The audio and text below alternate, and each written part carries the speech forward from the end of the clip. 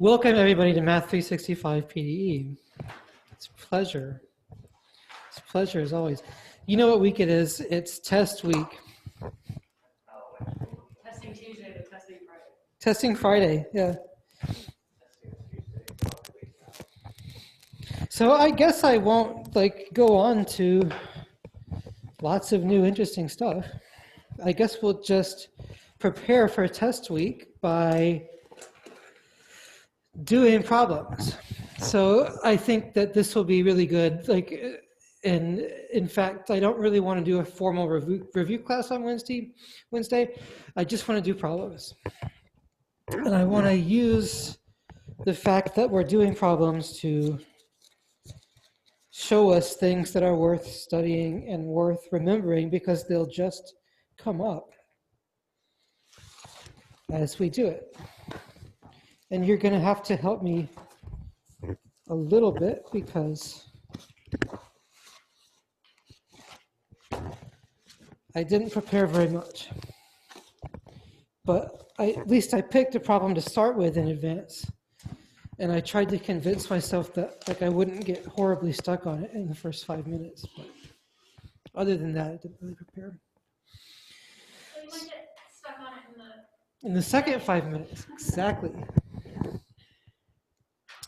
You're picking up what I'm putting down. So this is, oh yeah, by the way, so what should the test cover? I think that it should cover stuff from our Logan book, basically chapter 3 and 4.1, 4.2, 4.3. So this is Sturm Liouville problem, and this is the generalization where you modified it to have the weight function.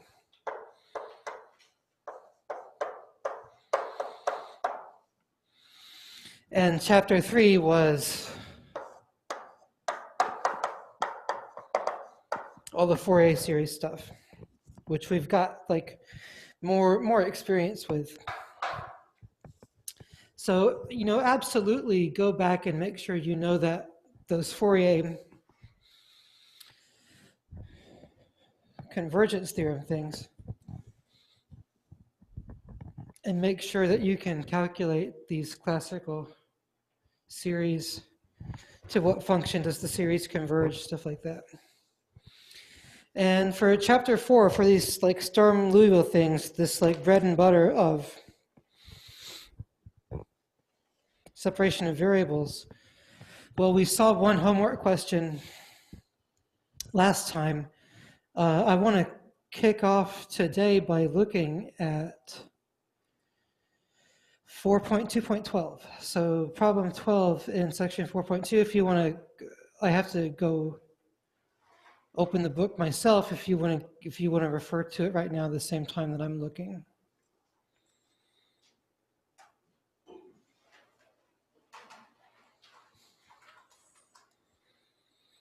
So I'm not just doing or you can log into the Zoom call and I'll share the screen.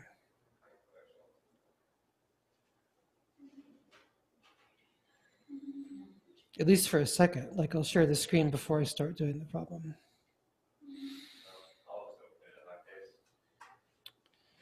Yeah, I don't think it'll work for me to keep the screen shared.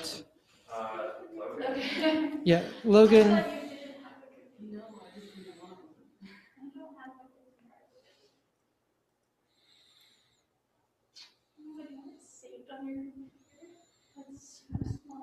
The textbook?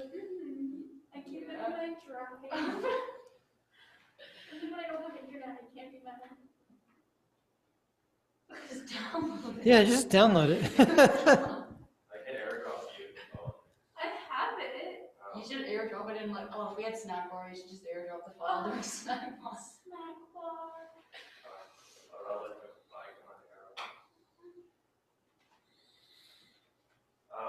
Chapter 4. Yeah, actually, let's do Number 13, that's what I wanted. I want the last problem. I'll share this with you briefly just so make sure we're on the same page. Is it page 180? Is it page? Yeah, it's page 180. Got it. Yeah. Off to a good start. Find an infinite series representation for the solution to the heat absorption radiation problem. U sub t equals uxx. On the unit interval x goes from 0 to 1. Time flows in the positive direction. You've got this boundary condition given, where a naughts are constant less than 0, a ones are constant bigger than 0, the sum is bigger than minus a naught a1. So state why there is radiation at x equals 1. Absorption at x equals 0. So you use the boundary condition to say why the heat's radiating away at the right endpoint, absorbing into the rod at the left endpoint, and state why the radiation greatly exceeds the absorption. I kind of rather solve the problem first, and I may not say too much about that physical thing. Choose a naught equals minus 0.25 and a1 equals 4, and find the first 4 eigenvalues. If f of x equals x times 1 minus x, find an approximate solution to the problem and plot either the approximate solution surface or time snapshots. So yeah, this is a mouthful. This is a lot. So, and we haven't spent a lot of class time really working through stuff like this in depth. So maybe it's time to do that.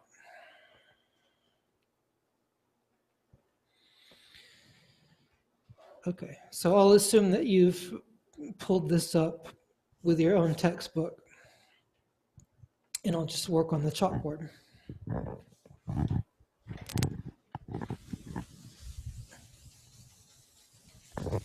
And I'll state what it is, we're looking at. So we're looking at a heat equation, x going from 0 to 1 and time going off to infinity. We've got initial condition u sub x 0t minus a naught u 0t equals 0. ux 1t plus a1 u 1t equals 0. We've got u x 0 equals f of x, and we've got some conditions that, what was it? A naught less than 0, a1 greater than 0, and a naught plus a1 bigger than the negative of the product. Did I get all that right? And so a naught plus a1 is bigger than this positive number because a naught a1 is negative from this condition, and so the negative is making it positive. So when you first see all these conditions, it might not be clear what their physical significance is, and I think we'll kind of greater than 0. Yeah, right. And I think we'll kind of learn more about maybe the conditions as we try to solve the problem. So I think you want to use separation of variables, and you want to, from this, extract a Sturm-Liouville problem. So as I mentioned last time, the things that are set equal to 0, those are conditions that you're probably going to have success with putting on your product solution. And the thing that's equal to f of x, that's when you're only including this after you've got the infinite series and you're using Fourier analysis. So let's do this by looking at a single product solution and these boundary conditions and figuring out like the equations that we're working with. So if you take something like using Logan's notation, where he says g of t and y of x, and substitute that into this equation. So u sub t gives you g prime times y. The partial derivative just differentiates the function of t, where this gives you gy double prime. So here's like the separation of variables. Start up, and so you, as usual, divide through by u, which is g times y, to give you g prime over g equals y double prime.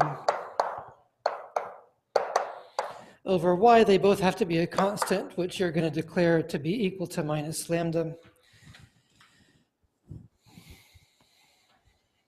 And so this gives you two equations. So it gives you that g prime over g is equal to minus lambda.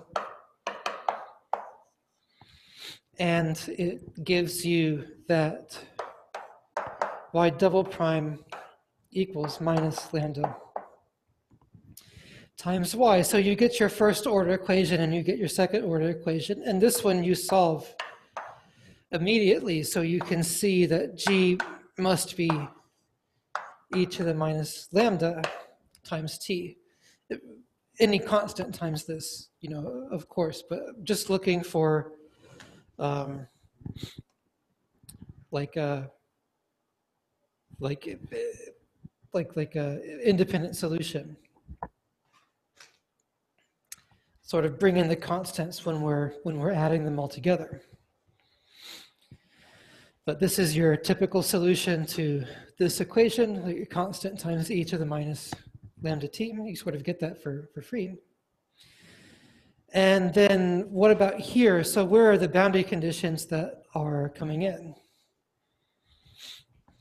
So I think you need to kind of understand whether these boundary conditions are going on the time part or the space part. And so, you know, writing u equals g times y, differentiating with respect to x, that's going to give me g times y prime, and I'm plugging in 0 for x and t for g, right? So that's this, and I'm subtracting a naught times u of 0 t, which is just going to be, again, g of t y of 0, and that's all equal to 0.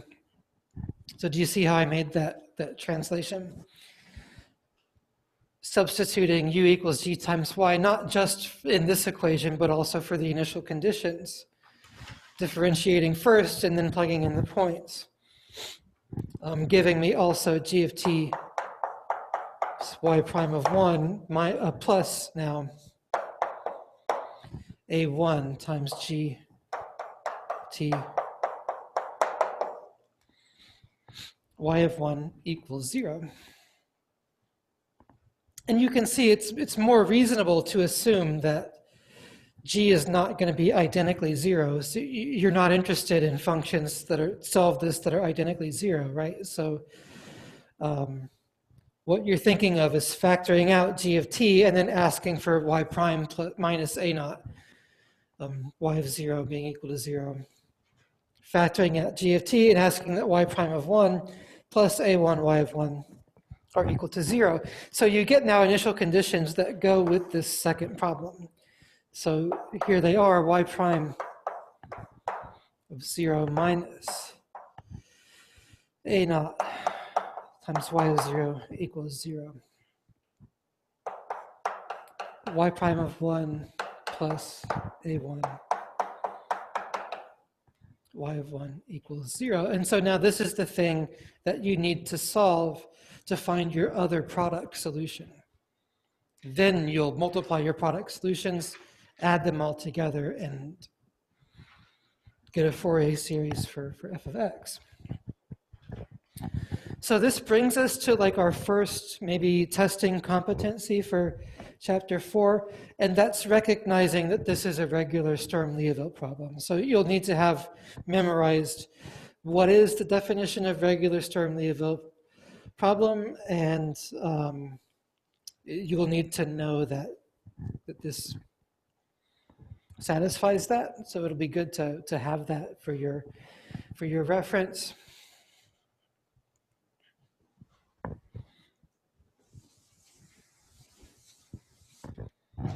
Oh, let's see if I'm competent or not. I mean, Sturm-Liouville problem looks like minus p of x times y prime plus q of x times y equals minus lambda times y, right? It's an eigenvalue problem for y. Maybe that's plus lambda.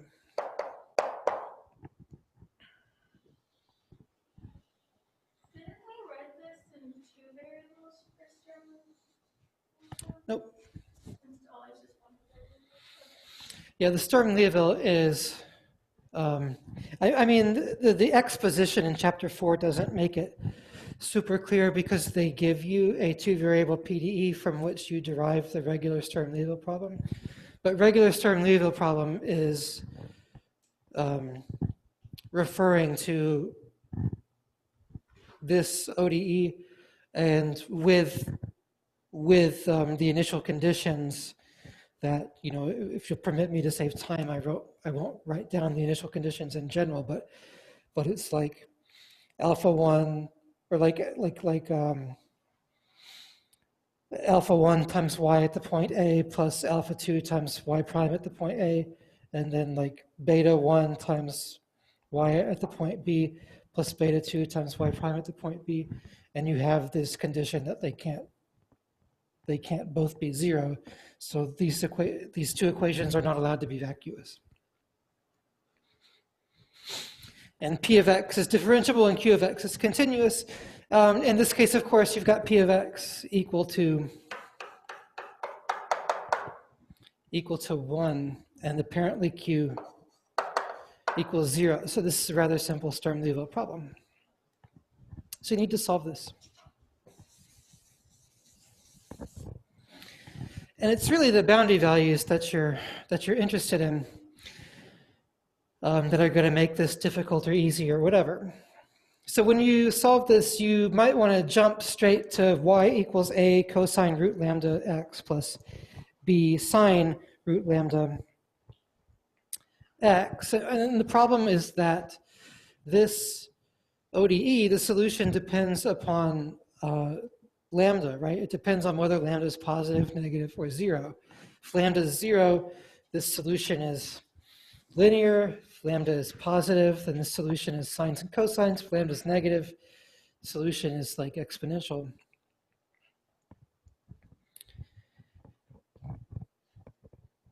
So how to work out the sign of lambda? I mean, you can do a case argument, but I really like this Rayleigh quotient.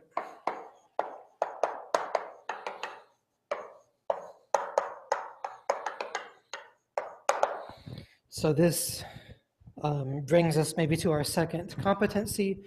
And I'm not necessarily going to write this out in a list for you, so I'll ask you to keep track yourself of the competencies as I mention them. Which is, do you remember the Rayleigh quotient and can you derive it? And so Rayleigh quotient gives you a formula for the eigenvalue, and here it is. The presumption is you've got a regular Sturm-Liouville problem on the interval from A to B. Here A is 0, B is equal to 1. The eigenvalue is this integral.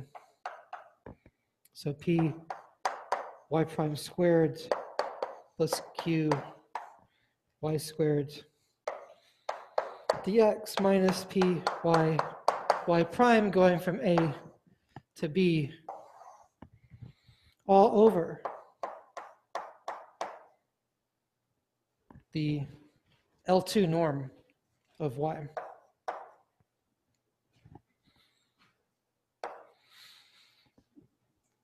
And I guess I'll even, just so that's not too confusing, this is the integral from a to b,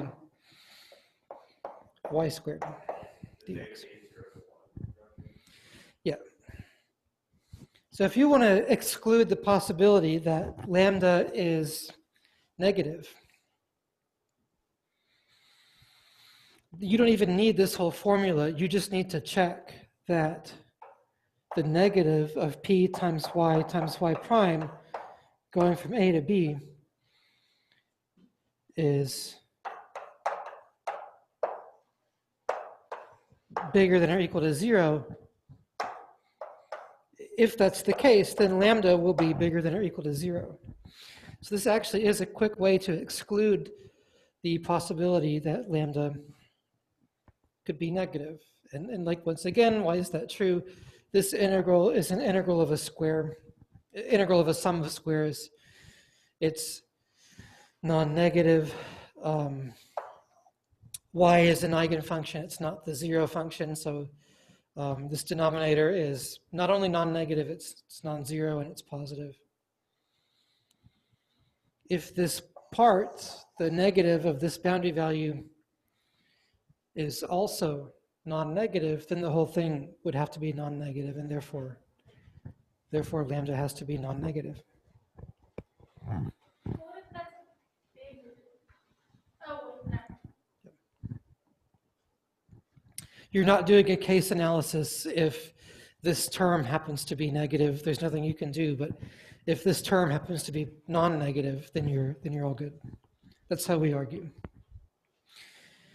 And the great thing about this term is you're only checking it on the endpoints. And so for us, oh, and this you can do, pretty quickly with just an integration by parts argument.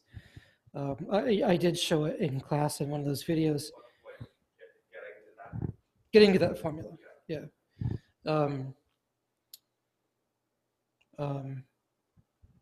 Because you're basically starting with like that and using the Ly equals lambda times y. That's why you're seeing, the norm at y inner product with itself here, because it started out over there. And then you just fill in the definition, integrate by parts once, and you'll see it immediately. So that I do ask that you'd be able to do. Let's check it in this case. So in this case, P is equal to 1, and A is 0, and B is 1. So I need y of 1, y prime of 1 minus y of 0, y prime of 0. And I need to take the negative of that. And I'm testing, is this going to be bigger than or equal to 0? And I've got these boundary conditions to work with. So it's not like there are values here that I can just plug in. All I know is these relationships. But like what I can do is I can substitute in like negative a1, y1 for y prime of 1.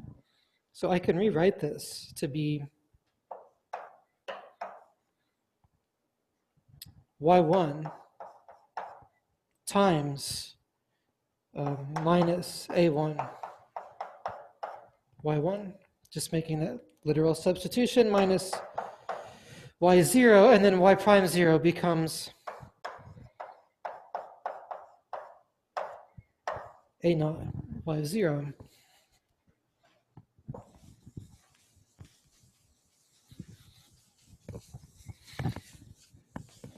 And we like this because it introduces some squares into our lives. So we get minus a1 y1 squared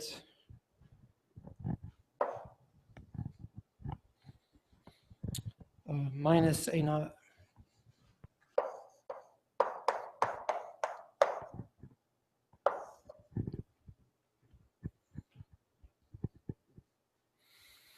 y0 squared equals a1 y1 squared plus a naught of y naught squared. So is this thing positive or negative? I guess it depends on our conditions on A naught and A1. Yeah, so it's a little bit frustrating at first because you know that A naught is negative and A1 is positive. So like this number is negative and that number is positive. So like how can you do some analysis to figure, well, you don't know, right? Negative plus positive. You don't know whether that's non-negative.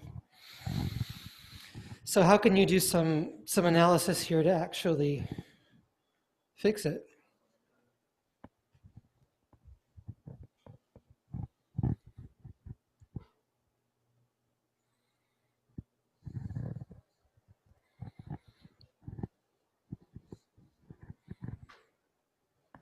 So I'll show you a little.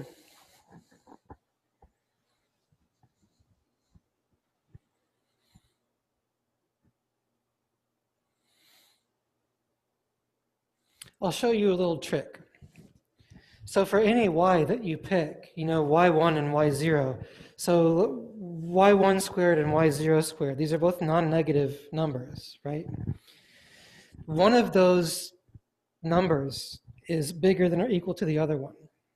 That's just going to be true. So it'll either be true that y squared 1 is bigger than or equal to like whatever, y1 squared is bigger than or equal to y0 squared, or vice versa, right? So one of those things will be true. So proceed for the moment by assuming that y1 squared is bigger than or equal to y0 squared, and then you'll end up with this quantity being bigger than or equal to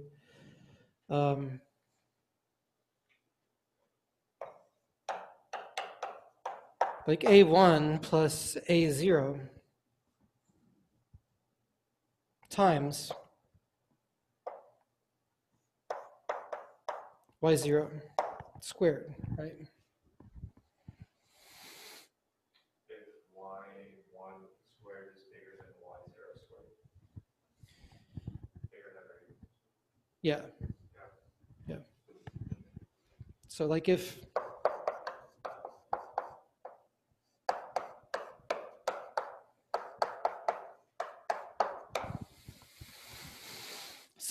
that happens, then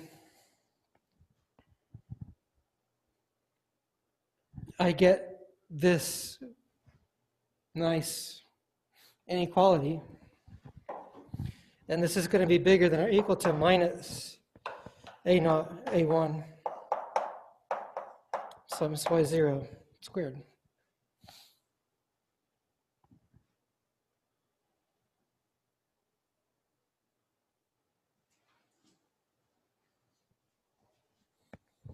Which will be bigger than or equal to 0,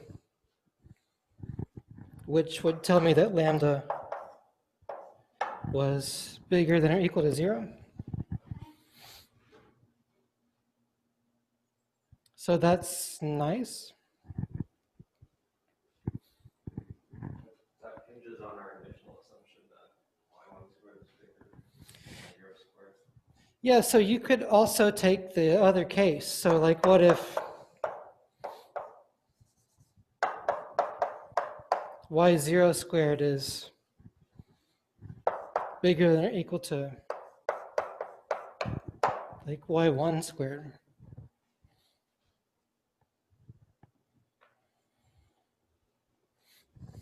Can you do something similar?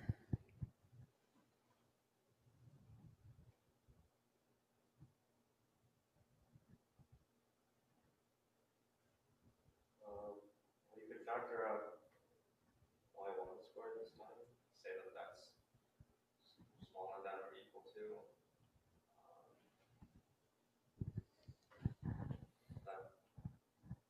that initial term we're working with. I guess I'm only concerned about a naught being, or like a not being negative in this case. So a naught y0 squared is now less than or equal to a naught y1.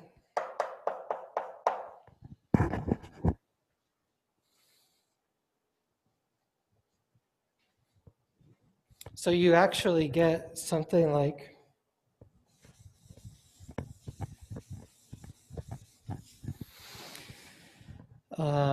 you actually get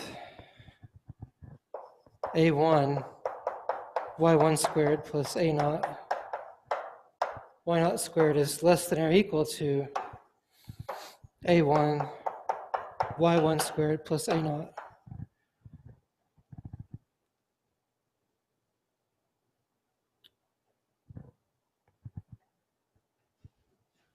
Yeah, adding a1 y1 squared to both sides.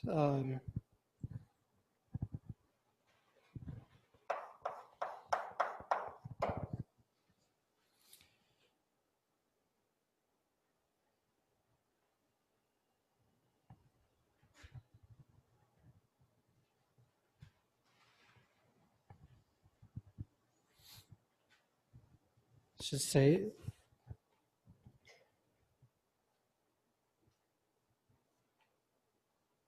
right a naught y1 squared plus a1 y1 squared. Doesn't make a difference.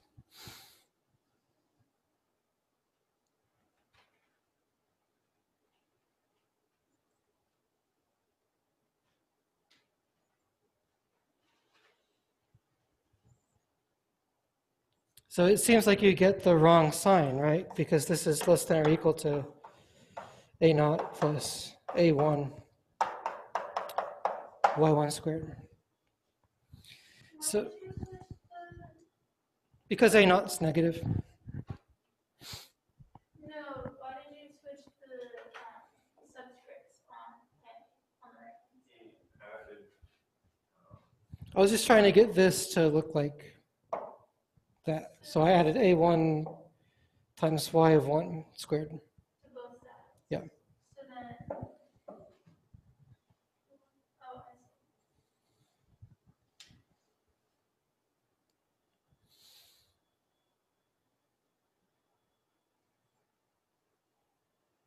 Wait, is that last inequality you're referring to the right-hand side of the equation from the left-hand side? I don't understand the question. Like, you're saying that that is greater than or equal to what's right above it, or a little to the left? This is less than or equal to that, which is less than or equal to that. I see. Yep. I mean, these two things are just equal to each other. All I did was factor out y1 squared. Why not just say they're equal? I'm just emphasizing the inequality. That's the point. Oh, okay. Yeah.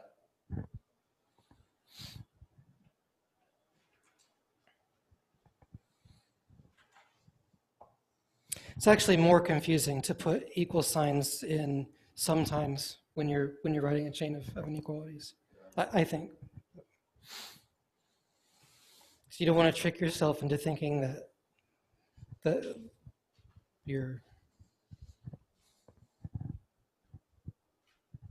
you've got something you don't. So I don't know, maybe this technique isn't so good in the other case.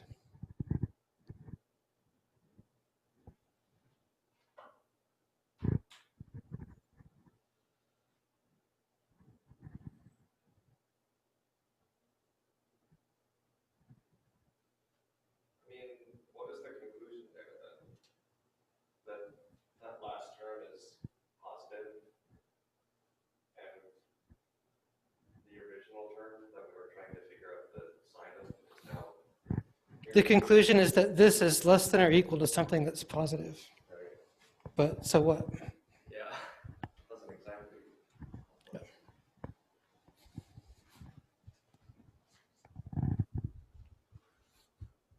And a little bit of Yeah. a detour backwards. Yeah.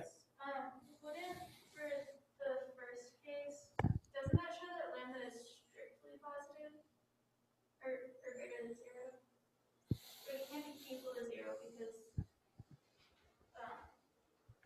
It'll be equal to 0 if y naught was equal to 0. You actually don't have that information from these equations or from the conditions on a naught. Why,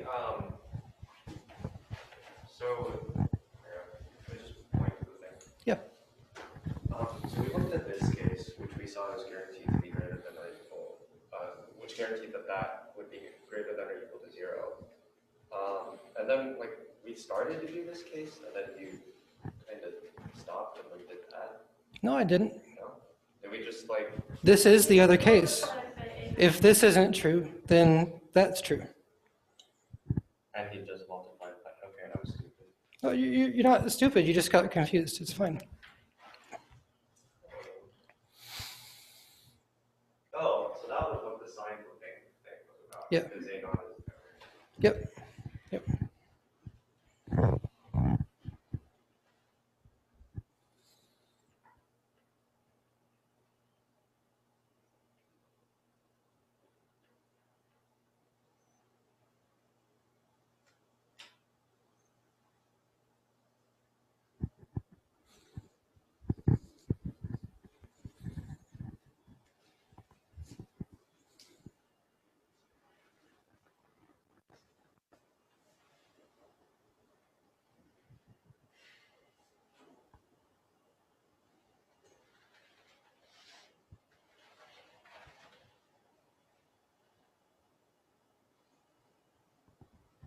So I'll leave you to think about that. So if anybody can, Something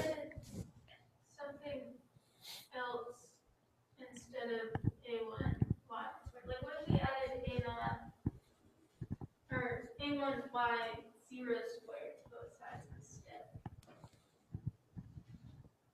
And then we would get on the left hand side A1 plus A naught times something squared is less than something.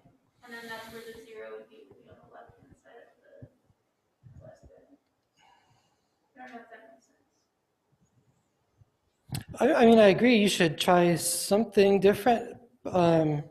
You ultimately want to recover that expression. So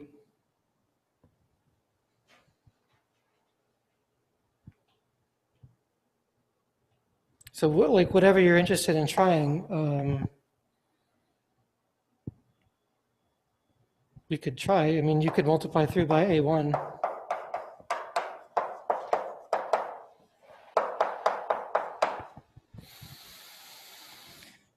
And then you could add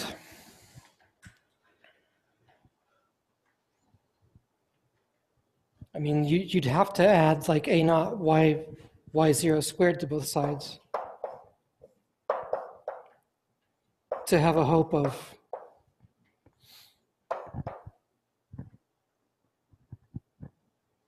so you got A1 y1 squared. You'd have to add A naught y0 squared to both sides.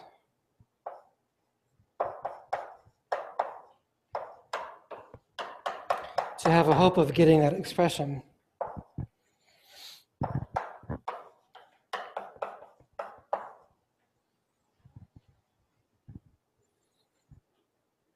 But you still, I mean, I think you still get what we had before. Why can't we just follow like the same argument we followed in the first case where y1 squared is greater than y0 squared? Because the inequality goes the other direction. Oh, right. Yeah. So I'll leave this to you to think about. So if you can show me an argument that shows that this quantity is bigger than or equal to 0 by Wednesday, I'll give you some extra credit. The other option is just to, simply do a case-by-case analysis. Just assume y is negative, then look at the exponential solution to the equation, and then use these to like rule it out or whatever.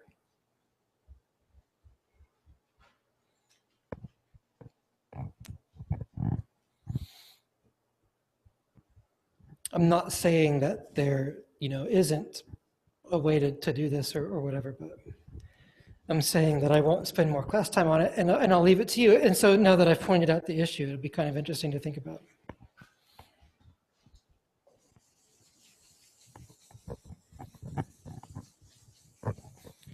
But I still think that these conditions will rule out negative lambda. And so I'm going to proceed under that case until proven otherwise.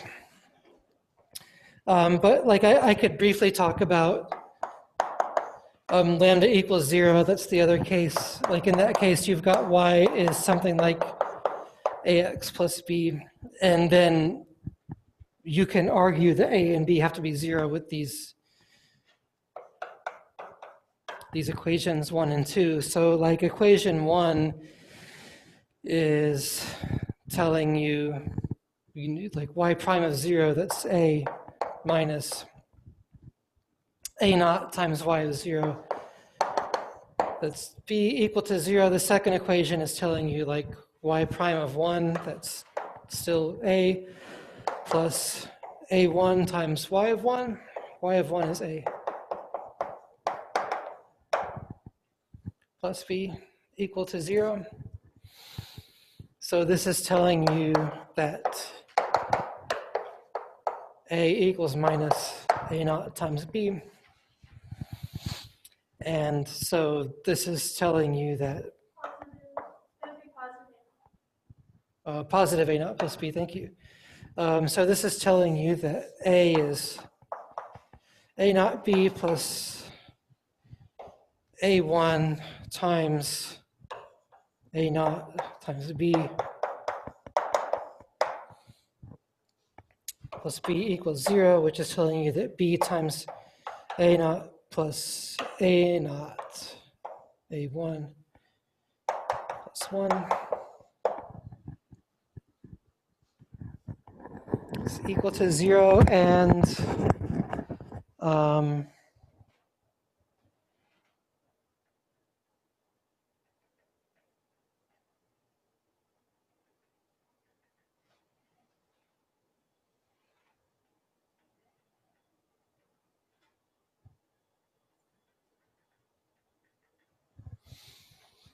either a and b are both 0, or it's the case that a naught plus a1 a naught plus 1 equals 0. What do we think about that? Oh, sorry, I missed the a1 times b. That's better.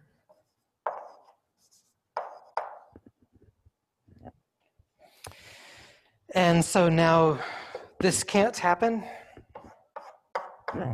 because of this equation. A naught plus a1 plus the product has to be bigger than 0. It can't be equal to 0. So that implies b equals 0, which implies a equals 0.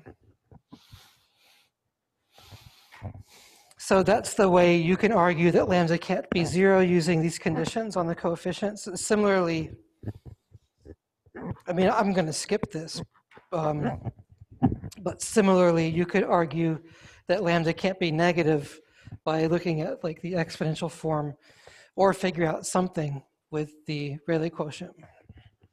Any question or comment on that?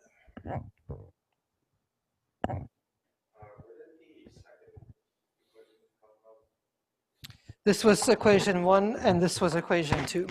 Yep. With the substitution that y equals ax plus b. Other question? Okay. So that was like the part that isn't fun, that's just sort of like eating your vegetables. But when you finally conclude what you know was going to happen anyway, I have to cook up a problem one of these days that actually gives you negative, negative lambdas. Yeah, exactly. So that's going to say like now that you know that the positive, it's going to say that you can, with confidence, go with a cosine root lambda x plus b sine root lambda x. And now you can start playing with your initial conditions to figure out these eigenvalues. So that's going to be minus root lambda a sine root lambda x plus b root lambda cosine root lambda x. And so this first condition is giving you y prime of 0. So that's going to be b root lambda times 1 minus a naught times y of 0, which is giving you a times 1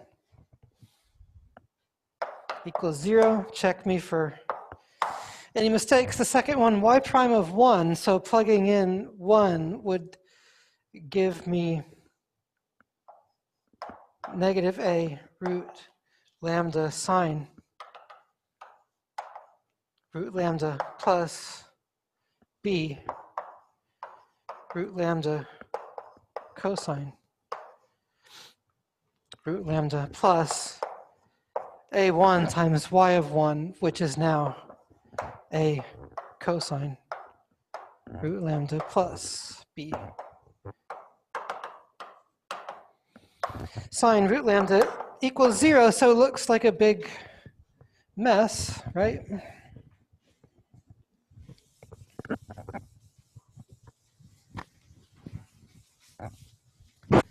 Looks like a big mess. But let's see what we can do with it.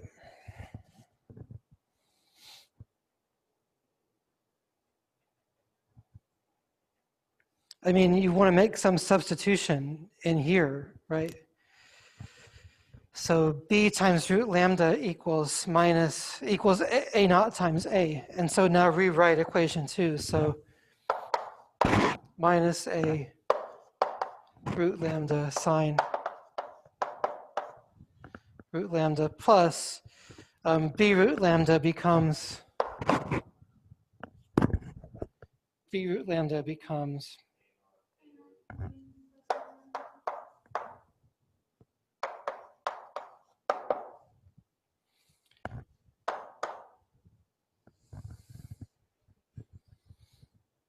plus a1 a cosine root lambda plus a1b sine root lambda.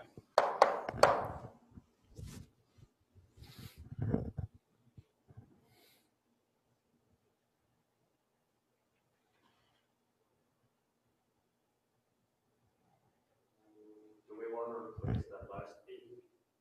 Does that get us anywhere? It would be over root lambda. Yeah, I know.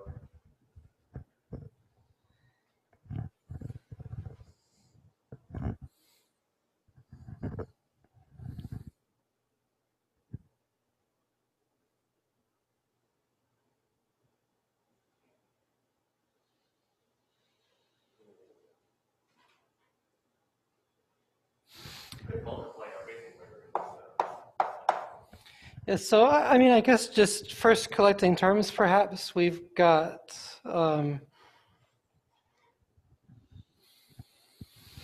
against cosine root lambda, we've got a times a naught plus a1. And against sine root lambda, we've got b times a1 minus a root lambda.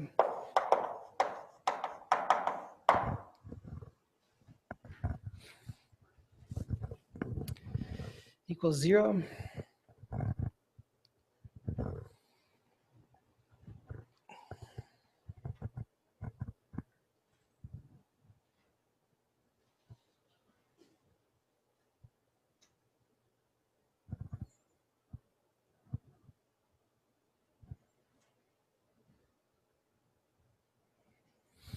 I almost want to like divide through by cosine root lambda.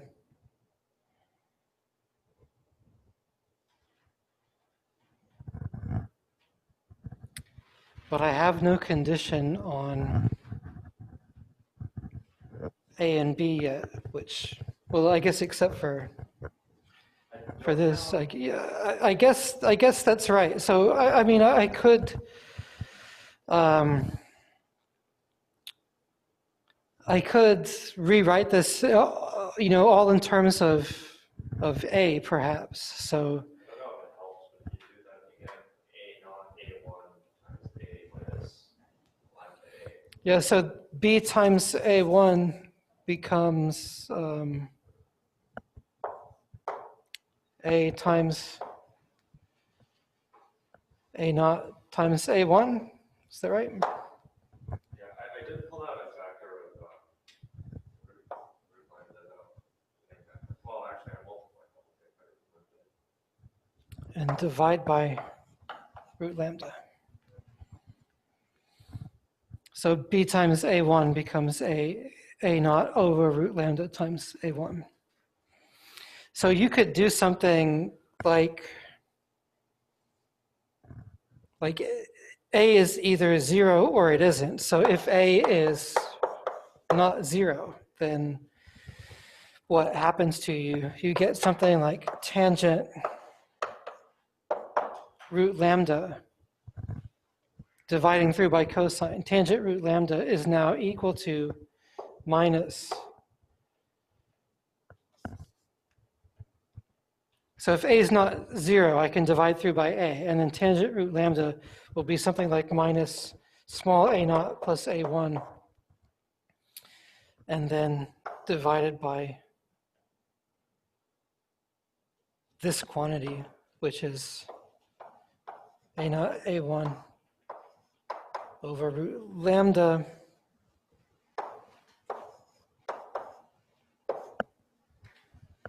A naught and A1 are given. So this does give me an equation that I could numerically solve for lambda. So at that point, I would plug it into Desmos and see whether I got an increasing sequence of lambdas.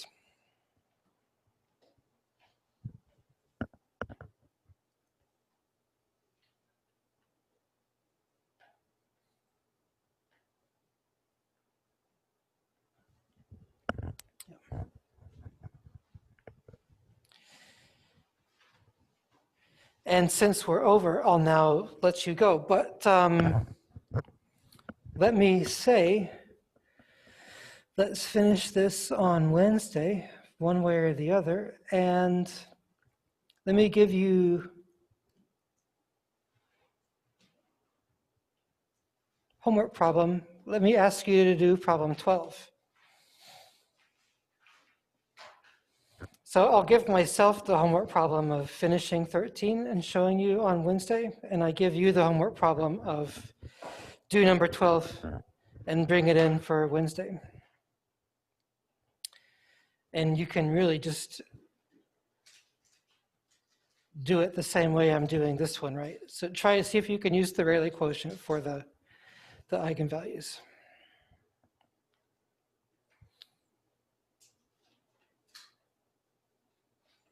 And then I'll see you then.